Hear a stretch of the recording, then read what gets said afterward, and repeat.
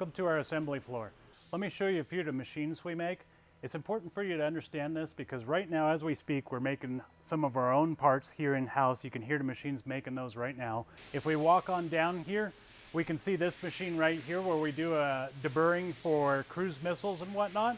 So we have to make all of these parts here in-house because we really can't afford to job much of this out. We got to keep our profit margins where they need to be. So we make all of these parts in-house. We have to hold 2/10 TIR, a whole bunch of multi-tenth bores, pretty precision fits because we've got a 3.2 million resolution encoder here turning all of these on this 5-axis manipulator that we make. Come on down this way, we've got a machine for ball door.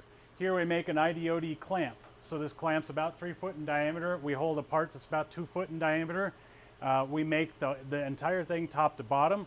We make the rotary table. We have rotary tables from 5 RPM to 1000 RPM. So that kind of speaks to our ability to design, to manufacture, to do the engineering, as well as the machining to make those parts. If we walk on down here, we've got a machine that does the entire Apache attack helicopters.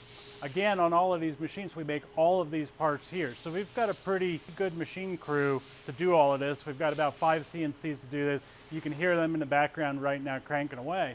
So we make all of these gearboxes and these 5-axis manipulators here to deburr this gear. So we really have the ability to be a turnkey solution for any of the shops that we're working with.